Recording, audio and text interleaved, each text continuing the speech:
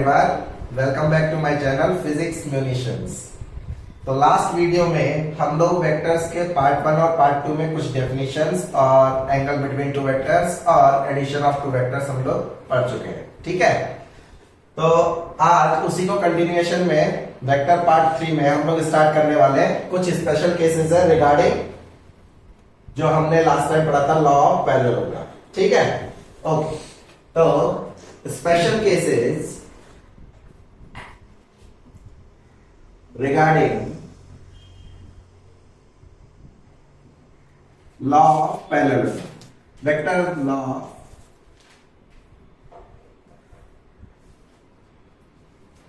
parallelism।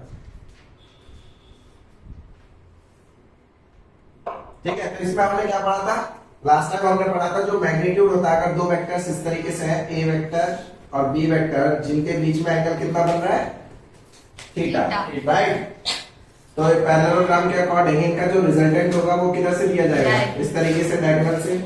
Are और are की जो वैल्यू थी वो क्या थी अपनी? a प्लस बी, ये तो थी। तो इसका हमने जो मैग्नीट्यूड कैलकुलेट किया था वो मैग्नीट्यूड कितना आया था अपना? मैग्नीट्यूड आया था under root a square plus b square plus 2ab cos of theta. और डायरेक्शन अगर हमने इसको अल्फा बोला है तो अल्फा क्या लिख सकते हैं? tan alpha is b sin theta divided bye a plus b cos of theta. ठीक है, तो ये दो रिजल्ट्स हमारे पास में थे। तो स्पेशल केसेस में अगर हम लोग बात करें केस 1 की, केस 1 क्या है कि ये जो दो वेक्टर्स हैं इनके बीच में एंगल हम लोग कितना ले लेते हैं? 0 डिग्री। दैट मींस वेक्टर्स हमारे कैसे हैं? Parallel vectors. When two vectors are parallel to each other,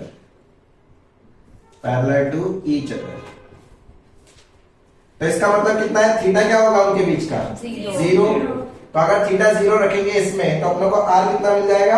are का मैग्नीट्यूड मिलेगा square root of a square plus b square plus 2ab cos of 0।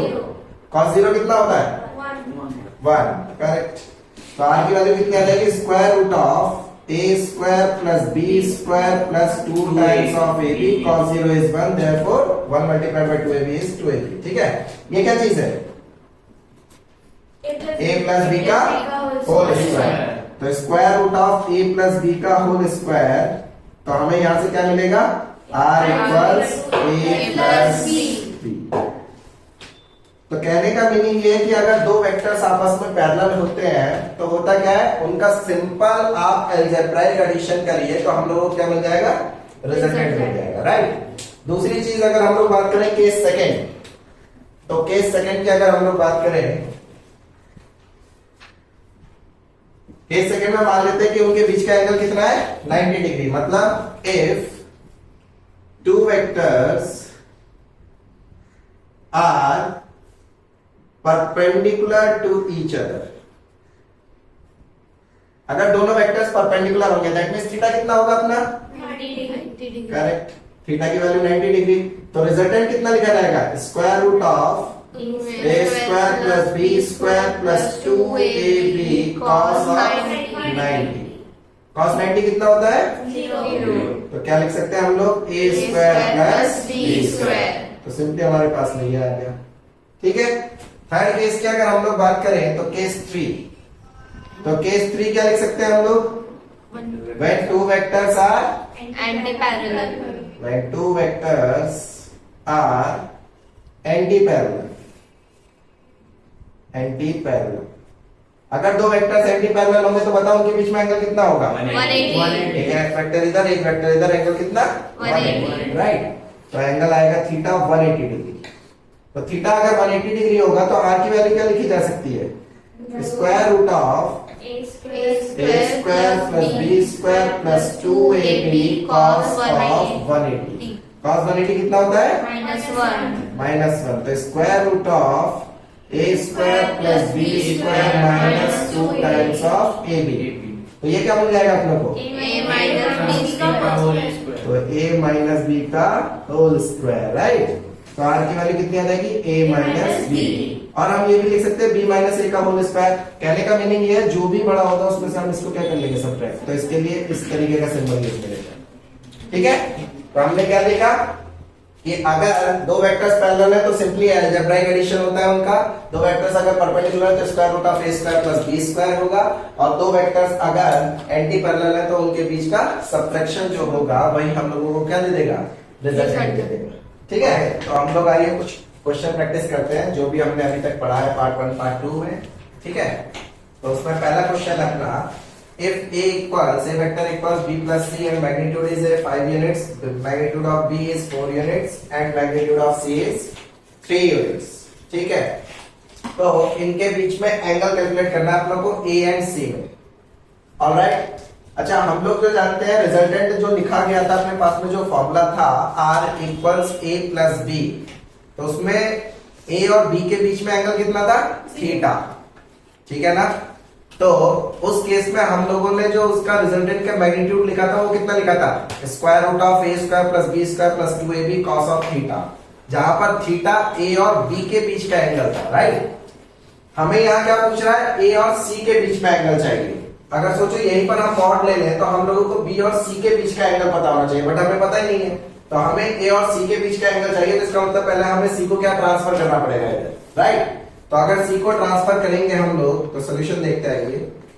क्या लिखेंगे हम लोग, b वेक्टर इक्वल्स क्या लिखा जा सकता है, a vector minus c vector.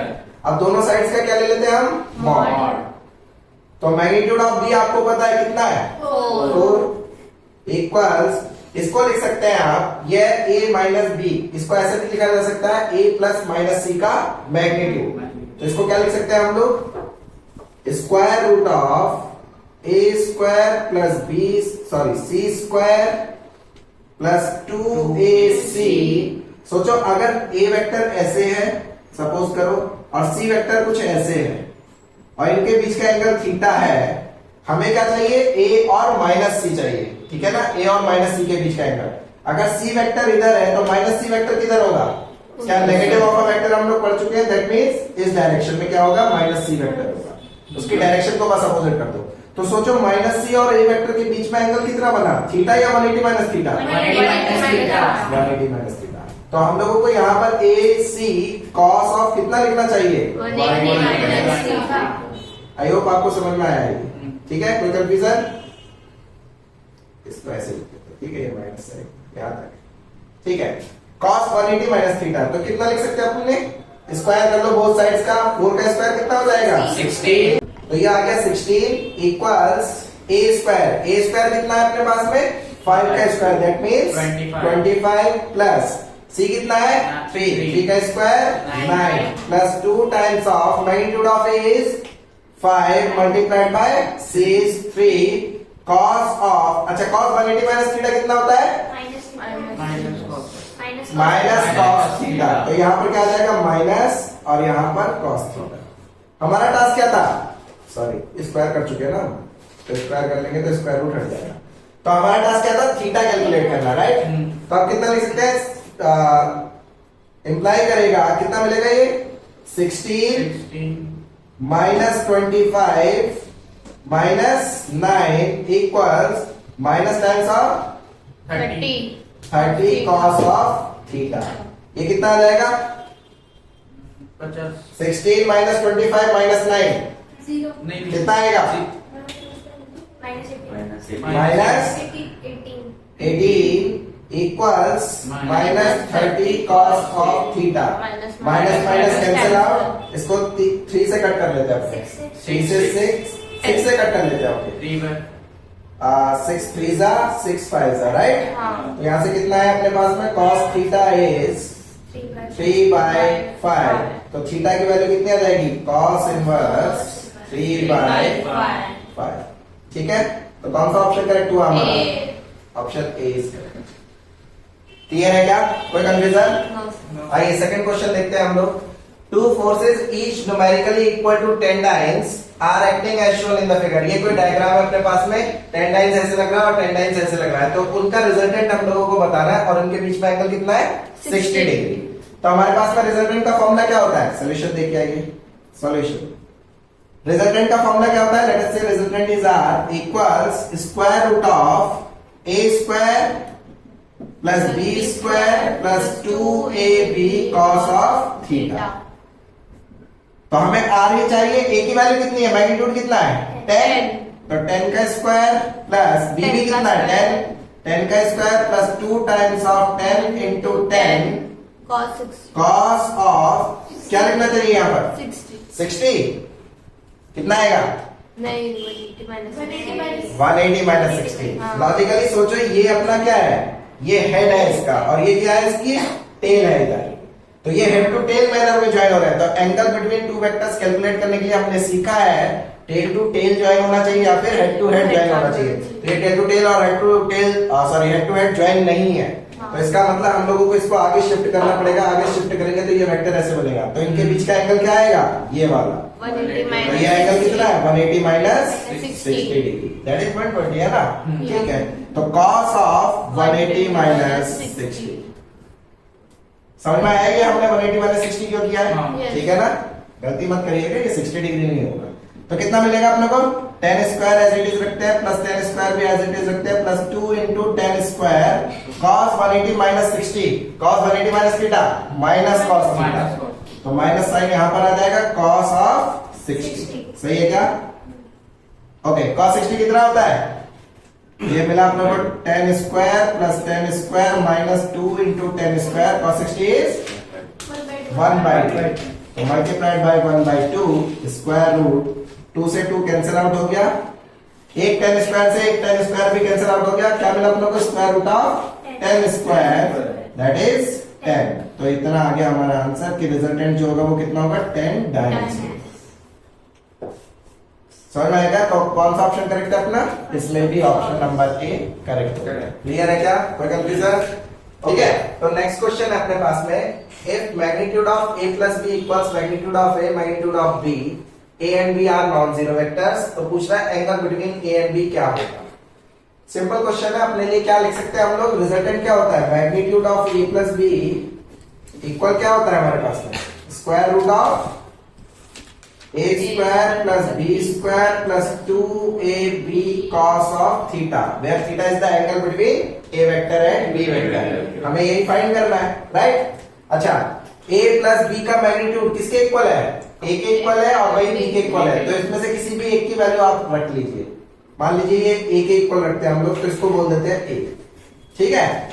तो स्क्वायर रूट ऑफ क्या लिख सकते हैं a स्क्वायर प्लस b की जगह भी क्या रख सकते हैं a square plus 2 into a into b की जगह फिर से a, तो ये क्या बन जाएगा a square cos of theta, square कर लो बोथ साइड्स का, क्या मिलेगा a square equal 2a square plus 2a square cos of theta, सही है क्या? तो यहां से कितना आ जाएगा 2a square cos of theta equals, इसको उठा करके इधर ले आओ, माइनस का a square cancel out 1 times, तो अपने पास में cos थीटा कितना मिला माइनस हाफ, ठीक है। और cos थीटा माइनस हाफ है, तो इसका मतलब थीटा कितना है अपना 120 डिग्री। तो कौन सा ऑप्शन करेक्ट है अपना, option C is correct. Clear है क्या, ठीक है। चलो आप नेक्स्ट देखो, the magnitudes of 4 pairs of displacement vectors are given, which pair of displacement vector cannot be added to give a resultant vector of magnitude 4 centimeter। तो question कह रहा है हमारे पास में कि 4 पेयर्स है डिस्प्लेसमेंट के 1 2 3 4, ये जो भी है, ठीक है, दो का पेयर बनाया गया अपना, ठीक है। तो हमसे पूछ रहा है कि इनमें से कौन सा पेयर ऐसा है जो रिजल्टेंट के फॉर्म में मैग्नीट्यूड में 4 सेंटीमीटर नहीं देगा, नहीं पूछ रहा है ना, कैन नॉट बी, ठीक है ना। तो आप सोच करके देखो जरा, रिजल्टेंट अगर 4 सेंटीमीटर आना चाहिए तो इसका क्या मीनिंग है, इसका सिग्निफिकेंस है। आप लोगों को पता है कि जब भी हम दो वेक्टर्स का एडिशन करते हैं या सब्ट्रैक्शन करते हैं, हालांकि अभी सब्ट्रैक्शन हमने नहीं पढ़ा है, बट आपको पता है दो वेक्टर्स का अगर एडिशन हम लोग कर रहे हैं तो रिजल्टेंट हमेशा उन दोनों वेक्टर्स के बीच में लाई करना चाहिए, राइट। तो इस टाइप की प्रॉब्लम को सॉल्व करने का तरीका होता है कि हम लोग ऑप्शन से चलते हैं और ये देखते हैं कि 4 सेंटीमीटर किस पेयर का मैक्सिमम और मिनिमम में लाई कर रहा है, कहने का मीनिंग क्या है, अगर फर्स्ट पेयर उठाए तो इसका मैक्सिमम रिजल्टेंट कितना हो सकता है, और मैक्सिमम तब मिलता है जब सेम डायरेक्शन में हो, मतलब उनके बीच में एंगल कितना होना चाहिए, 0। तो इसका मैक्सिमम क्या बनेगा, 2 और 3 का डायरेक्टली ऐड हो जाएंगे हमारे, दैट मींस 5। और मिनिमम कितना बनेगा, 3 - 2। मैक्सिमम कब होगा, जब दोनों सेम डायरेक्शन में होंगे। सेम डायरेक्शन में है तो अलजेब्राइकली सिंपली ऐड कर लो, और जब अपोजिट डायरेक्शन में होंगे तो क्या होगा, मिनिमम होगा। बाकी इसके बीच में लाई करेगा, कुछ भी एंगल रहेगा तो, राइट। तो अगर मिनिमम और मैक्सिमम के बीच में ये 4 सेंटीमीटर हमें मिल जाए तो हम बोल सकते हैं कि वो पेयर के लिए रिजल्टेंट 4 सेंटीमीटर आ सकता है।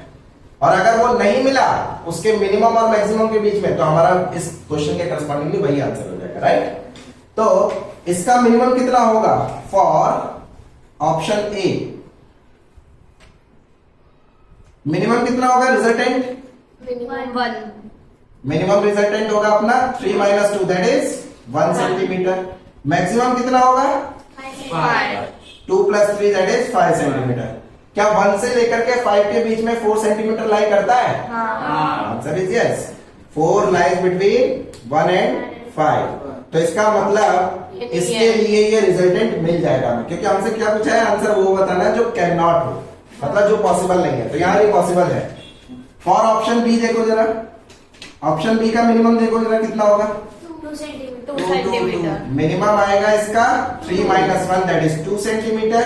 मैक्सिमम कितना आएगा 4 मैक्सिमम आएगा 4 सेंटीमीटर, 3 + 1। तो क्या 4 फिर से लाई कर रहा है इसके बीच में, 2 और 4 के बीच में इक्वालिटी भी होल्ड कराते हैं हम लोग, ठीक है, क्योंकि इक्वल भी हो सकता है क्योंकि सेम डायरेक्शन में होंगे तो, ठीक है। तो क्या 4 लाई कर रहा है, करेक्ट है, 4 इक्वालिटी होल्ड करता है, करेक्ट। तो ये भी हमारा पॉसिबल नहीं होगा हमारे क्वेश्चन के अकॉर्डिंग। तो फॉर ऑप्शन सी क्या मिलेगा अपने पास में, मिनिमम कितना है, 4 सेंटीमीटर। मिनिमम आएगा 4 सेंटीमीटर, इन दोनों का सब्ट्रैक्शन, और मैक्सिमम कितना आएगा 6 सेंटीमीटर। मैक्सिमम आएगा 6 सेंटीमीटर। तो क्या फिर से 4 और 6 के बीच में लाई करता है, answer is yes, equality hold करती है। तो ये भी आंसर नहीं होने वाला हमारा। लास्ट बात करते हैं for option D, for option D देखो जरा, ऑप्शन डी के लिए मिनिमम कितना है उसका, 6 सेंटीमीटर। मिनिमम है 6 सेंटीमीटर, 7 - 1, राइट। और मैक्सिमम कितना होगा 8 सेंटीमीटर। Maximum 7 + 1 8 centimetre. क्या 4 लाई करता है 6 और 8 के बीच में, लाई नहीं करता, 4 लाई नहीं करता, 4 doesn't lie in between 6 and 8 centimetre, ठीक है ना, ठीक है ना, doesn't lie, sorry, doesn't lie in between 6 and 8, ठीक है ना। तो हमारा आंसर क्या हो जाएगा, हमसे यही वाला पूछा गया था, तो हमारा आंसर क्या होगा अपना, ऑप्शन डी, ठीक है। तो इस टाइप की प्रॉब्लम जितनी भी रहेगी आपको इसी हिसाब से करना है। मान लीजिए 2 पेयर की जगह मान लीजिए उसमें कई सारे हो, हमारे पास में 3 हो 4 हो, तो आप 2 ऐसे मैग्नीट्यूड्स कंसीडर करिएगा जो मैक्सिमम हो अपने आपस में। जैसे मान लीजिए अगर मैं एग्जांपल के तौर पे बोलूं आपको कि हमारे पास में इसी वाले केस में अगर 2, 3 और 5 होता तो हम लोगों को क्या करना पड़ता, मैक्सिमम किस किस को लेते, तो मैक्सिमम है 5 और 3, तो इन दोनों का मैक्सिमम कितना होता 8, मिनिमम कितना होता 2। हमें इससे कोई लेना देना नहीं है, हमें कौन से 2 चूज करने हैं जो सबसे बड़े हो, ठीक है ना, उनका मैक्सिमम निकालेंगे और उन्हीं का मिनिमम निकालेंगे, और उसके बीच में अगर थर्ड वाला हमारा जो है लाई कर रहा है तो इनका रिजल्टेंट कभी पॉसिबल है कि 0 हो सकता है, ठीक है ना। आगे इस टाइप के क्वेश्चंस मिलेंगे, बाकी हम उसमें डिस्कस करेंगे। फिलहाल आपको शायद समझ में आया होगा क्या कहने की कोशिश कर रहा हूँ, क्लियर है क्या, कोई कंफ्यूजन, ठीक है। चलो तो आगे बढ़ते हैं हम लोग नेक्स्ट क्वेश्चन में। नेक्स्ट क्वेश्चन है अपना, 2 forces of 4 dice and 3 dice act upon a body, the resultant force on the body can only be। अब देखो ये सेम टाइप का क्वेश्चन है जैसे अपने पढ़ा, किसी भी बॉडी पर अगर 3 डाइस और 4 डाइस का फोर्स एक्ट कर रहा है, इसका मतलब है उसका मैक्सिमम कितना हो सकता है 3 और 4 का 7, ठीक है। तो मैक्सिमम या फिर रिजल्टेंट अगर हम लोग लिख रहे हैं तो रिजल्टेंट को अगर मैं R से लिखूं तो R मैक्स वो कितना हो सकता है, resultant maximum 4 + 3 that is 7 times, correct है। मिनिमम कितना हो सकता है? R minimum 4 minus 3. 4 minus 3 that is One. 1 times। बाकी जो एंगल्स होंगे, मिनिमम वाला केस ये है राइट, ऑपोजिट डायरेक्शन में, और मैक्सिमम वाला केस ये है सेम डायरेक्शन में, राइट। तो बाकी सारे के सारे इसके बीच में लाई करेंगे। तो इसका मतलब क्या है कि जो इनका रिजल्टेंट होगा उसका मैक्सिमम अगर 7 है, मिनिमम 1 है, तो मतलब उसका जितने भी रिजल्टेंट आएंगे वो सारे के सारे 1 to 7 में क्या करने चाहिए? लाई करने चाहिए। तो इसका मतलब एक ही ऑप्शन करेक्ट होता हुआ दिख रहा है हमें, ऑप्शन डी, कि इसका रिजल्टेंट जो होगा वो हमेशा 1 और 7 के बीच में लाई करेगा। ठीक है ना? ओके, नेक्स्ट क्वेश्चन है, in case of 3 vectors quantities of same type in which case the resultant can't be zero. जैसा कि हम लोग अभी डिस्कस कर रहे थे कि अगर आपको कोई सेट दिया जाए फोर्सेस का या फिजिकल क्वांटिटीज का, सेम फिजिकल नेचर की फिजिकल क्वांटिटीज का, तो हम लोगों को पता लगाना है कि उनका रिजल्टेंट उनके बीच किसका जीरो होगा या नहीं होगा। तो देखो, रिजल्टेंट जीरो होने के लिए क्या कंडीशन है? रिजल्टेंट जीरो होने के लिए ये कंडीशन है कि इसमें से, तीनों में से किसी भी दो को आप लेकर के चल सकते हैं। किसी भी दो, कौन से? जिनका मैक्सिमम क्या हो? मैग्नीट्यूड। तो उनका मैक्सिमम का क्या कैलकुलेट करो आप? रिजल्टेंट मैक्सिमम कब होगा, और मिनिमम भी कैलकुलेट करिए, मिनिमम रिजल्टेंट कितना होगा। जैसे 10 और 10 और 10 की बात करें तो इसका, ये तो तीनों इक्वल है तो इसमें मैक्सिमम कुछ भी नहीं है, तो इसमें आप 10 और 10 को लेकर के चल सकते हैं। तो ऑप्शन ए के करस्पॉन्डिंगली अगर हम लोग देखें तो ऑप्शन ए के करस्पॉन्डिंगली मैक्सिमम कितना होगा? 20, और मिनिमम कितना होगा? 0। तो 20 और 0 के बीच में मान लीजिए हमने ये दो कंसीडर किए, तो 20 और 0 के बीच में जो थर्ड वाला है वो अगर लाइक कर रहा है तो इन दोनों को ऐड करने पर इसके साथ अगर हम लोग वेक्टर एडिशन करें तो रिजल्टेंट 0 मिल सकता है। क्यों? क्योंकि हमने मैक्सिमम ले लिया ये, मिनिमम ले लिया ये, तो इसके बीच में अगर अपोजिट डायरेक्शन में, मान लीजिए इन दोनों का रिजल्टेंट यहां कहीं जा रहा है अपना, मान लीजिए मैक्सिमम और मिनिमम का रिजल्टेंट जो आएगा वो बीच में यहां कहीं आया अपने इस तरीके से, ठीक है। तो अगर ये 10 न्यूटन का इसके अपोजिट डायरेक्शन में एक फोर्स इधर लगा दूं मैं, तो ये इन दोनों को क्या कर लेगा? कैंसिल आउट कर लेगा। तो कहने का तरीका यही है, केवल और केवल शॉर्ट ट्रिक के फॉर्म में अगर समझना है तो आपको हमेशा वो दो पेयर्स आप कंसीडर करिए जो कि मैग्नीट्यूड वाइज क्या हो, मैक्सिमम वैल्यू लेते हो, उनका आप मैक्सिमम निकालिए, उनका आप मिनिमम निकालिए, और उन दोनों के बीच में अगर, या इक्वालिटी भी होल्ड कर सकती है, अगर वो थर्ड वाला जो मैग्नीट्यूड है वो लाई कर रहा है तो हम लोग बोल देंगे क्या है वो, उसका रिजल्टेंट 0 हो सकता है। क्लियर? तो बताओ इस केस में इसका रिजल्टेंट 0 हो सकता है कि नहीं? हो सकता है। तो हमसे पूछा गया कांट बी 0, तो इसका मतलब इसका 0 हो सकता है, तो हमारा ये आंसर तो नहीं है। दूसरे वाले केस में देखो जरा, मैक्सिमम कितना होगा, कौन कौन से कंसीडर करने पड़ेंगे? 10 और 20। तो मैक्सिमम कितना आ जाएगा? 30। मिनिमम कितना आ जाएगा? 10। 30 और 10 के बीच में क्या ये लाई करता है? इक्वालिटी होल्ड करती है, करेक्ट। तो ये 10 के इक्वल है, तो मतलब इसका भी 0 हो सकता है। थर्ड वाले में बात करते हैं हम लोग, किसको कंसीडर करेंगे? 2020। तो 2020 अगर हम लोग लिखेंगे 2020 या तो 2020, तो 2020 का कितना? 40। T20 याद आ रहा है। मिनिमम की अगर बात करें तो मिनिमम कितना होगा? 0। तो 0 से 40 के बीच में बचा हुआ थर्ड मैग्नीट्यूड क्या लाई करता है? तो मतलब ये भी 0 हो सकता है। इसमें किसको कंसीडर करेंगे? 2040। तो 2040 का मैक्सिमम कितना होगा? 60। और मिनिमम 20। क्या 20 और 60 के बीच में 10 लाई करता है? नहीं। तो हमारा जो करेक्ट आंसर होगा, करेक्ट चॉइस होगी, वो क्या होगी? ऑप्शन। क्या बात है, आप लोग स्कॉलर है। ठीक है, समझ में आती है क्या बात? कोई कंफ्यूजन? जब भी इस टाइप की प्रॉब्लम आए तो आपको ऐसे ही प्रोसीड करना, ऑप्शन के अकॉर्डिंग चलिए और आपको आंसर्स मिल जाएंगे। ठीक है।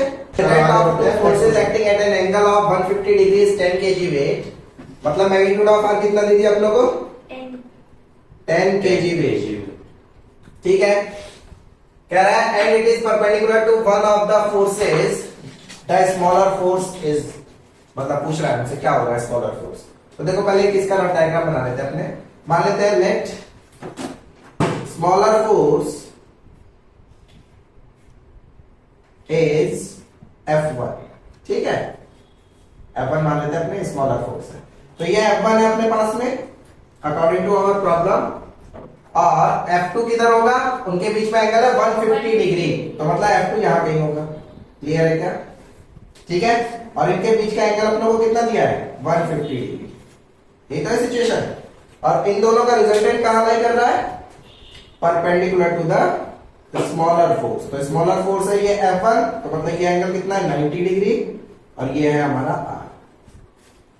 क्या रफ डायग्राम समझ में आता है आपको इसका, कोई कंफ्यूजन? ठीक है, आइए ठीक है आओ।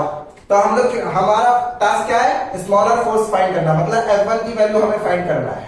तो देखो पहली इक्वेशन कहां से आएगी, पहली इक्वेशन है रिजल्टेंट जो होता है फॉर्मूला अपने पास में, वो क्या लिखा जाता है, square root of F1 square F2 square plus 2F1 F2 cos of उनके बीच का एंगल दैट इज 150। इसको थोड़ा इवैल्यूएट कर लेते हैं। R की वैल्यू कितनी है 10, F1 as it is F1 square plus F2 square plus 2F1 F2 cos 150 कितना होता है, इसको लिख सकते हैं 180 माइनस 30।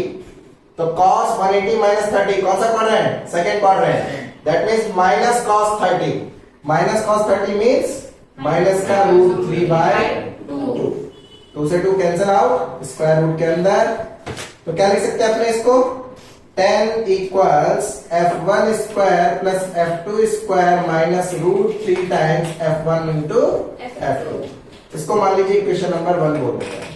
क्लियर है यहाँ तक? रूट में डाल दो। सेकेंड इक्वेशन कहां से आएगी, इसका स्क्वायर रूट लेना, ठीक है। सेकेंड इक्वेशन कहां से आएगी, देखो एक तो आ गया रिजल्टेंट का फॉर्मूले से, दूसरी इक्वेशन आएगी रिजल्टेंट जो है इस वाले फोर्स से कितना एंगल बना रहा है 90। तो याद करो आपको पहले पढ़ाया गया है क्या, जिससे एंगल बनाए उसको छोड़ करके दूसरा वाला ऊपर जाता है, राइट। जो रिजल्टेंट की डायरेक्शन वाला फॉर्मूला है, क्या लिखेंगे हम लोग, यहाँ पर रिजल्टेंट एंगल बनाना है 90 डिग्री, तो क्या लिख सकते हैं 10 90 इक्वल्स जिससे एंगल बनाए उसको छोड़ दो, क्या लिखेंगे F2 sine of 150 divided by F1 plus F2 cos 150। समझ में आएगा? अच्छा 1090 क्या होता है हमारा, 1090 होता है इनफाइनाइट, ठीक है ना, नॉट डिफाइंड जिसे बोलते हैं। तो अगर ये नॉट डिफाइंड होना है तो इसका मतलब डिनोमिनेटर को क्या होना पड़ेगा, हमेशा 0 होना पड़ेगा, which implies that denominator must be 0। तो F1 into F1 plus F2 cos of 150 must be 0। Clear है क्या? तो यहां से मिला F1 प्लस F2 cos 150 कितना था, -√3/2। तो क्या हम लिख सकते हैं माइनस का √3/2 टाइम्स ऑफ F2। क्लियर है? इक्वेशन हम इक्वल 0। तो यहां से हम लोग क्या लिख सकते हैं अपना F1 equals √3/2 times of F2। समझ में आता है क्या? Equation number 2। बट हमें क्या चाहिए, F1 चाहिए। तो एक काम करो, F2 की वैल्यू निकाल रहे हैं, F2 की वैल्यू डायरेक्ट सब्स्टिट्यूट कर लेंगे। तो F2 की वैल्यू कितनी आ जाएगी, 2 टाइम्स ऑफ F1 बाय √3। इसको बोलते हैं इक्वेशन नंबर 2। क्लियर? अब इस इक्वेशन को किस में रख लेते हैं हम लोग, इक्वेशन नंबर 1 में, यूजिंग 2 इंटू 1। क्या मिलेगा आप लोगों को, देखो जरा सिचुएशन क्या मिलेगी, स्क्वायर कर लेते हैं बोथ साइड्स का। तो 10 या फिर चलो एक स्क्वायर और बढ़ा लेते हैं, 10 इक्वल्स क्या मिलेगा, F1 square as it is F1 square plus F2 square की जगह क्या आएगा 4F1 स्क्वायर बाय 3, स्क्वायर कर दिया उसका, right, minus √3 into F1 into F2, F2 is 2F1 by √3। समझ में आया क्या? √3 क्या हो जाएगा, कैंसिल आउट। क्या बचा हमारे पास में, इधर लिखते हैं, क्या हो जाएगा, 10 का स्क्वायर कितना होता है 100, स्क्वायर कर लेते हैं बोथ साइड्स का, equals F1 square minus 2F1 square, that means minus का F1 स्क्वायर। सही है क्या? Plus 4F1 square by 3। कोई कंफ्यूजन? कितना मिलेगा, 100 इक्वल्स F1 स्क्वायर बाय 3। तो यहां से कितना आ जाएगा, F1 स्क्वायर इज 300। तो यहां से F1 की वैल्यू कितनी आ गई, 10√3। न्यूटन में दिया था, किसने, केजी वेट। तो ये आ गया केजी वेट। तो कौन सा ऑप्शन करेक्ट हो गया? यही हमारा स्मॉलर फोर्स। तो हमारा ऑप्शन करेक्ट है ऑप्शन ए। तो अगर हमसे बोलता कि दूसरा फोर्स भी बताओ तो क्या करते हैं? सिंपली इसको उठा करके यहाँ पे रख लो। F2 की वैल्यू क्या आ जाएगी? √3 कैंसिल हो जाएगा, 20 न्यूटन। राइट, क्लियर है क्या? ठीक है, चलो बढ़ते हैं आगे नेक्स्ट क्वेश्चन की तरफ। ओके, नेक्स्ट क्वेश्चन है the resultant of two forces one double the other in magnitude. ठीक है, तो मान लेते हैं हमारे पास में फोर्सेस कौन कौन से सॉल्यूशन में। Let the forces be, let the forces be कौन कौन से मान लेते हैं? F1 and F2। Clear? And according to our problem, एंड according to our problem, क्या गिवन है? The resultant of two forces one double the other in magnitude। Okay, मान लेते हैं F2 equals है 2 times of F2। ठीक है, तो स्मॉलर फोर्स कौन सा हुआ? F1 या F2? F2। बहुत बढ़िया, शाबाश, बहुत स्कॉलर आप लोग। F2 बड़ा होगा ना? F1 छोटा है। F1 छोटा है। पगलेट हो गया क्या पूरी तरीके से? F2 भाई बड़ा है, 2 टाइम्स ऑफ F1 है, मल्टीप्लाई होकर के मिल रहा है। कैसी बातें कर रहे हो तुम लोग? तो ये क्या मिलेगा आप लोगों को? F1 छोटा है, इम्प्लाई करेगा, यहाँ लिखना जरूरी है। F1 is less than F2। Scholar है आप लोग, ठीक है। आइए देखिए, तो अकॉर्डिंग टू आवर प्रॉब्लम क्या बोला गया है? तो मान लेते हैं ये अपने पास में F1 वेक्टर है और F2 वेक्टर यहाँ कहीं है, मान लीजिए सपोज करो, और इनके बीच का एंगल कितना है? Theta. Let us suppose theta. ठीक है, तो जो रिजल्टेंट है वो किसके परपेंडिकुलर है? स्मॉलर के। ठीक है ना, इस perpendicular to the smaller of the two forces, मतलब ये रिजल्टेंट है। ठीक है, और ये एंगल कितना है? 90 डिग्री। जैसे अभी जस्ट क्वेश्चन किया, बिल्कुल सेम उसी टाइप का क्वेश्चन है अपने को। ये इक्वेशन अपने को दे रखी है, तो इसको इक्वेशन नंबर 1 बोलते थे। ठीक है, तो हमसे पूछ रहा था angle between the two forces. इस बार हमें क्या फाइंड करना है? थीटा फाइंड करना है। तो यहां से हम लोग जो डायरेक्शन वाला फॉर्मूला है, रिजल्टेंट अपना F1 के परपेंडिकुलर है, तो हम लोग क्या लिख सकते हैं? tan 90 इक्वल्स, जिससे एंगल बना है उसको छोड़ दीजिए, F2 sine of theta divided by F1 plus F2 cos of theta. और आपको पता है tan 90 क्या है? Not defined. नॉट डिफाइंड, तो इसका मतलब डिनोमिनेटर मस्ट बी 0। तो F1 plus F2 cos theta must be 0। Imply क्या करेगा? F1 की वैल्यू इक्वेशन नंबर 1 से रख लीजिए, या F2 की वैल्यू रख लेते हैं, काम करते हैं। तो F1 प्लस F2 कितना है? 2F1 cos of theta equal 0। Imply करेगा cos थीटा कितना आ जाएगा?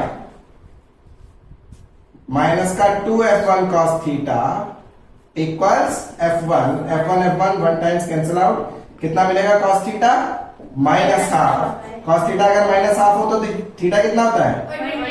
120 डिग्री। तो हमारा इसका आंसर क्या हो जाएगा?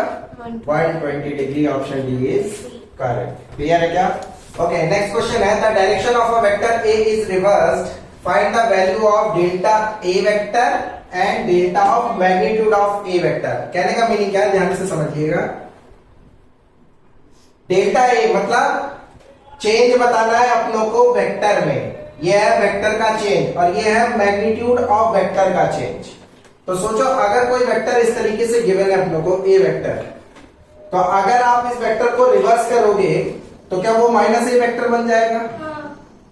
माइनस ए मतलब नेगेटिव ऑफ ए वेक्टर। इसका मतलब क्या है कि उसका मैग्नीट्यूड तो सेम रहेगा बट डायरेक्शन क्या हो गई? अपोजिट हो गई। क्लियर है क्या? तो हमारे पास में सिचुएशन क्या है? Magnitude of A equals magnitude of minus A. Late us से दिस इज ए, बोल दिया मान लीजिए।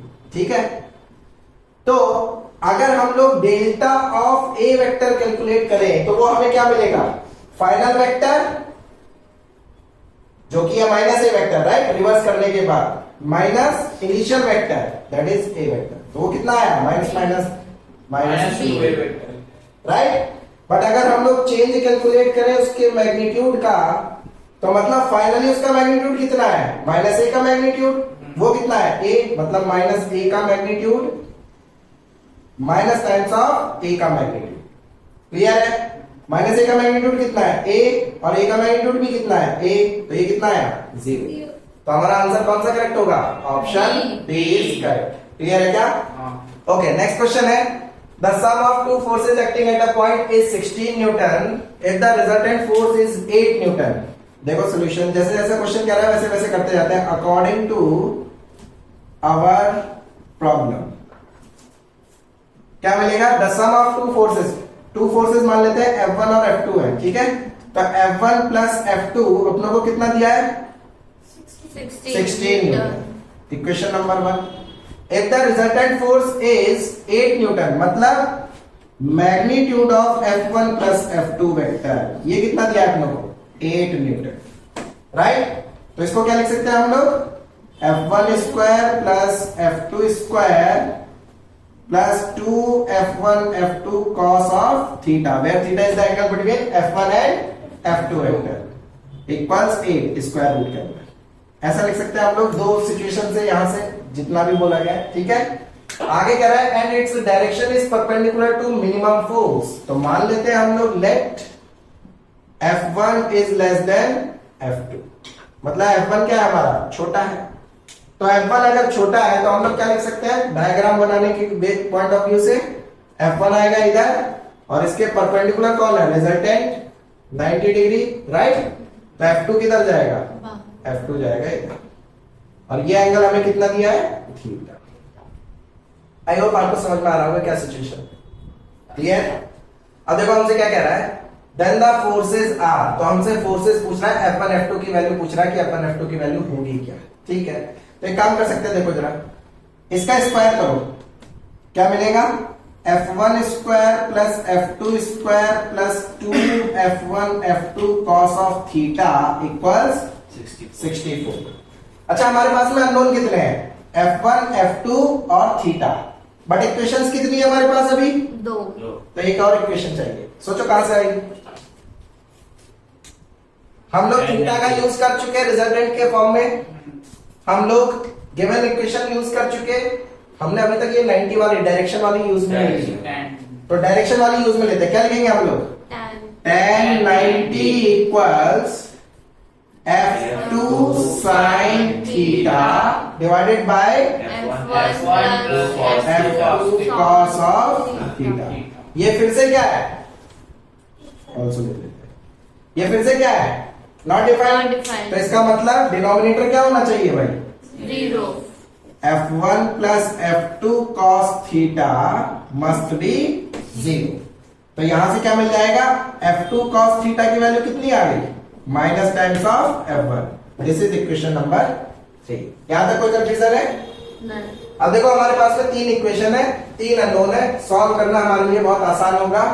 चॉइस आपकी है, चाहे जैसे सॉल्व करना चाहते हैं वैसे कर सकते हैं, बट ठीक है हम लोग एक डिसेंट लेवल पे इसको सॉल्व करने की कोशिश करते हैं। F2 cos थीटा की वैल्यू जो है 2 में रखिए जरा, यूजिंग 3 into 2 क्या मिलेगा? देखो क्या मिलेगा?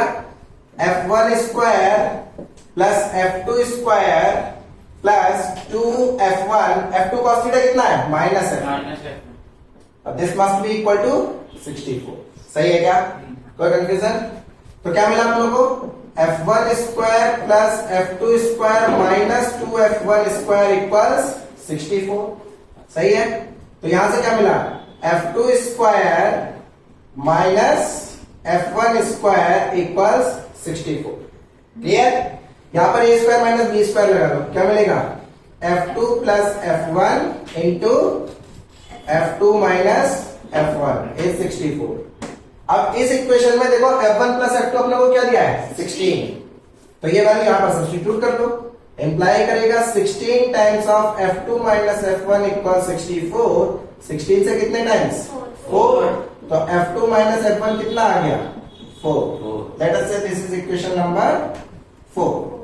अब 1 और 4 को जरा ऐड करो, 1 प्लस 4 क्या मिलेगा हमें? देखो F1 कैंसिल होता हुआ दिखाई देगा आपको, और F2 ऐड हो जाएगा, कितना हो जाएगा? 2 times of F2 equals 16 plus 4 is 20। तो F2 की वैल्यू कितनी आ गई? 10 न्यूटन। सही है? न्यूटन या जो भी है, न्यूटन में दिया है ना, हाँ 10 न्यूटन। अब F2 की वैल्यू किसी में भी रख लीजिए आप, F2 की वैल्यू उसमें रख लीजिए, देयरफॉर इक्वेशन 1 इंप्लाइज क्या मिलेगा? F1 equals 16 minus F2. F2 is 10, that is 6 Newton. F1 की वैल्यू आ गई 6 न्यूटन। तो हमसे यही पूछा गया था कि F1 और F2 क्या होंगे, तो हमारा ऑप्शन कौन सा करेक्ट हो जाएगा? बी ऑप्शन करेक्ट हो जाएगा। तो ये अपने आप में थोड़ा ठीक क्वेश्चन था, ठीक है। आई होप आपको समझ में आया होगा। ठीक है, चलिए मिलते हैं, मतलब आगे बढ़ते हैं हम लोग next question. Okay, next question है, a body is moving with uniform speed v in horizontal circle in anti clockwise direction. तो आइए इसको बना लेते हैं हम लोग। ये है हॉरिजॉन्टल सर्कल मान लीजिए, ठीक है। हम लोग ऊपर से देख रहे हैं ना, तो ये हमारे लिए क्या होगा? हॉरिजॉन्टल होगा, राइट? समझ रहे हो आप? नहीं, तुम्हारा कोई भरोसा नहीं है भाई। ठीक है, तो हॉरिजॉन्टल सर्कल में एंटी क्लॉकवाइज सेंस में ये क्या कर रहा है? मूव कर रहा है, ठीक है। तो ये इसका डायमीटर है सपोज करो, ठीक है। कह रहा है यूनिफॉर्म स्पीड है, मतलब अगर वो यहां से चलना शुरू करे तो इस डायरेक्शन में स्पीड कितनी है उसकी? v। कह रहा है the magnitude of change in velocity in half revolution. इधर जाएगा तो वो कितनी वेलोसिटी है उसकी? यूनिफॉर्म है तो v रहेगी, राइट। तो हमसे इन्हीं का चेंज पूछ रहा है, चेंज कितना आएगा। अब लॉजिकली सोचो, अगर a पॉइंट की बात करें और b पॉइंट की बात करें, ठीक है। डायरेक्शन हमारे ऊपर डिपेंड करता है कि कौन सी डायरेक्शन हम क्या ले रहे हैं, ठीक है। देखो जरा, मान लेते हैं अगर ये वाली डायरेक्शन हम पॉजिटिव लें तो ये वाली क्या हो जाएगी? नेगेटिव। तो वेलोसिटी एट ए अगर हम लोग लिखे तो क्या लिख सकते हैं? Velocity at A. Velocity at A लिखी जा सकती है कितनी? v इंटू ऊपर की तरफ जो भी डायरेक्शन हो, आप पॉजिटिव अगर इसका मैग्नीट्यूड ले तो ये कितना आ जाएगा? v, ठीक है। और v भी कितना लिख सकते हैं हम लोग? Minus v। क्लियर है क्या? कोई कंफ्यूजन? हालांकि इसको यूनिट वेक्टर से भी कर सकते हैं, बट अभी हमने अभी तक यूनिट वेक्टर्स पढ़ा नहीं है, इसीलिए नॉर्मली मैं इसी तरीके से कर रहा हूं, ठीक है।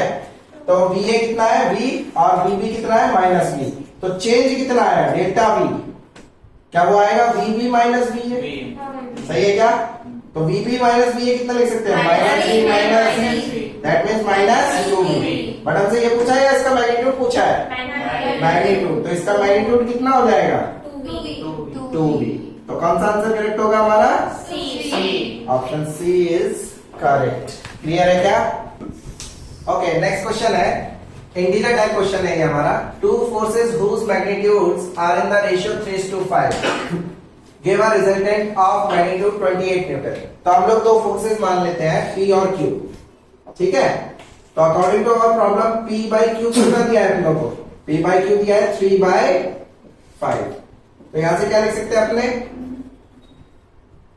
5P इक्वल्स 3Q, सही है। इक्वेशन नंबर 1 सपोज करो, ठीक है। कह रहा है कि आर इन द रेशियो इतना, give a resultant of magnitude 28 newton. तो जो रिजल्टेंट है, लेट अस से रिजल्टेंट क्या है? आर। तो आर वेक्टर है P vector plus Q vector, और हमें गिवन है मैग्नीट्यूड ऑफ आर कितना? 28 न्यूटन, सही है क्या? ठीक है। और थीटा उसके बीच का मान लेते हैं एंगल है, उन दोनों फोर्सेस के बीच का। तो हम लोग क्या लिख सकते हैं? 28 equals square root of P square plus Q square plus 2PQ cos of theta, सही है क्या? तो हमसे कह रहा है if the angle between them is 60 degree. Okay, theta की वैल्यू कितनी दी है अपने को? 60 डिग्री। तो यहां पर थीटा की जगह क्या लिख लेते हैं हम लोग? 60। cos 60 कितना होता है? Half, right. तो कितना मिलेगा? 28 equals square root of P square plus Q square plus 2PQ multiplied by half. 2 से 2 कैंसिल हो गया, ठीक है।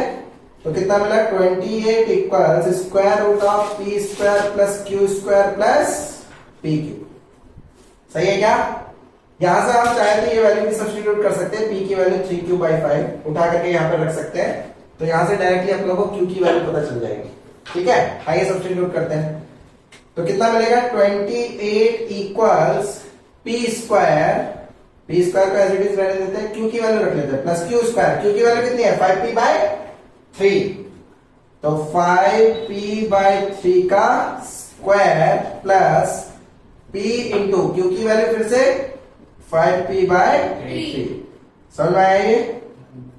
कोई कंफ्यूजन? ठीक है। तो 28 इक्वल्स, इसका स्क्वायर कर लेंगे नेक्स्ट स्टेप में, ठीक है। तो P square plus 5p square कितना हो जाएगा 25p square divided by 9 plus 5p square by 3 का स्क्वायर। ऐसे ले लो कितना रहेगा 9। अच्छा कितना आएगा इसका 9। तो 28 इक्वल्स स्क्वायर रूट ऑफ 9 आ गया एलसीएम कितना बचा 9p square plus 25p square plus 15p square. हाँ 15p स्क्वायर। ठीक है तो कितना मिलेगा ये 28 इक्वल्स स्क्वायर रूट ऑफ कितना आ जाएगा ये 49p स्क्वायर बाय 9। गुड शाबाश। तो 28 इक्वल्स कितना मिला 7 बाय 3 सही है ना इंटू p। तो 7 से कितने टाइम जाएगा 4। तो p की वैल्यू कितनी आ गई 12 न्यूटन। तो 12 न्यूटन हमारा p आ गया। p की वैल्यू उठा करके वहां पर रख लो 1 में। देयरफॉर 1 इंप्लाइज q कितना आ जाएगा 5p ओवर 3 इंप्लाई करेगा q की वैल्यू 5 इंटू p है 12 डिवाइडेड बाय 3 से कितने टाइम्स 4 टाइम्स। तो p की वैल्यू कितनी आ गई 20 न्यूटन। अब हमसे देखो क्या पूछा था उसने कह रहा था find the difference between magnitudes of the forces. दोनों का मैग्नीट्यूड आ चुका है। तो अकॉर्डिंग टू प्रॉब्लम हमसे जो पूछा गया है वो क्या है इनका मैग्नीट्यूड का डिफरेंस मतलब q माइनस p कितना होगा वो 20 माइनस 12 कितना आ जाएगा 8। तो हमारा जो इस क्वेश्चन का आंसर है वो क्या है 8। तो इंटीजर टाइप क्वेश्चन जो होते हैं उसमें आंसर हमारा हमेशा 0 से 9 के बीच में आता है। ठीक है इंटीजर टाइप बोल रहा हूं मैं मतलब उसका आंसर हमेशा जो आएगा वो एक इंटीजर आएगा और वो 0 से 9 के बीच में रहेगा अपना जो भी रहेगा। ठीक है तो जैसे इसका आंसर आया 8। क्लियर है समझ में आया।